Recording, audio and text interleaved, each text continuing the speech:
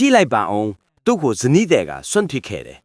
တချင်းက TikTok တွင်နာမည်ကြီး rap ဂီတချေပွင့်တပါထိခဲ့ဘူးတော့ဂျိုဂျိုလို့ခေါ်တယ်ယခုအခါအရင်လူမဟုတ်တော့ပြီအသက်24နှစ်အရွယ်ဂျိုဂျိုသည်ပရိသတ်များ၏မျက်လုံးထဲတွင်ဂီတကိုစိတ်ထက်တန်သောအရေးချင်းရှိပြီးရေစရာကောင်းသောကောင်မလေးတစ်ယောက်ဖြစ်ခဲ့တယ်သူ၏တချင်းများ freestyle များနှင့်အိမ်မက်များကိုလူမှုကွင်းပေါ်မှာငှဝေခဲ့တယ်သို့တော့တနေ့တွင်အရာရာသည်ပြိုလဲခဲ့ရတယ်သူသည်လူတစ်ယောက်၏ရည်ရွယ်ချက်ရှိတိုက်ခိုက်ခံရတယ်၎င်းမှာမတော်တဆမဟုတ်ပဲသူသည်လူမဲတစ်ယောက်ဖြစ်သောကြောင့်လူမျိုးရေးမုန်းနှင်းမှုကြောင့်ဖြစ်ပေါ်လာတဲ့တိုက်ခိုက်မှုပဲဖြစ်တယ်ဂျိုဂျိုကိုဆေးရုံသို့အရင်မြန်ပို့ဆောင်ခဲ့ရတယ်သူ၏ဦးခေါင်းကိုပြင်းထန်စွာထိခိုက်ဒဏ်ရာရပြီးခန္ဓာကိုယ်အနက်အကျိုးပြတ်ဒဏ်ရာများရရှိပြီးမေးမျောသွားခဲ့တယ်သူ၏ဦးနှောင်းကိုကယ်တင်ဖို့စ조사မိရဲ့အနေနဲ့ခွဲစိတ်ရှာဝယ်များသည်သူ၏ဦးခေါင်းခွဲ၏အစိတ်မိုင်းအချို့ကိုဖယ်ရှားပစ်ခဲ့ရတယ်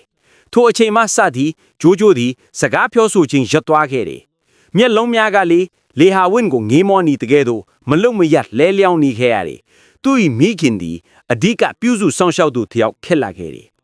အစပိုင်းမှာတော့သူ၏ရည်စားဖြစ်သောအမ်မီလီသည်သူ၏ဘေးမှာဒီဇိုင်းမန်ရှိပြီးစင်ရဲအမှန်ကိုပြုစုခဲ့တယ်သို့တော့နောက်ဆုံးတွင်သူမသည်လည်းထွက်ခွာသွားခဲ့တယ်ဂျိုဂျို၏မိခင်သည်သူအကြိုက်ဆုံးအဆိုတော်ဖြစ်သော Chris Brown ၏တခြင်းများကိုဖွင့်ပေးနေစေဖြစ်ပါတယ်သူ၏အမှန်ရမှုများတစ်ခုခုပြန်လည်နိုးထလာမလားဟုတော့မျှော်လင့်ခြင်းဖြစ်ပဲ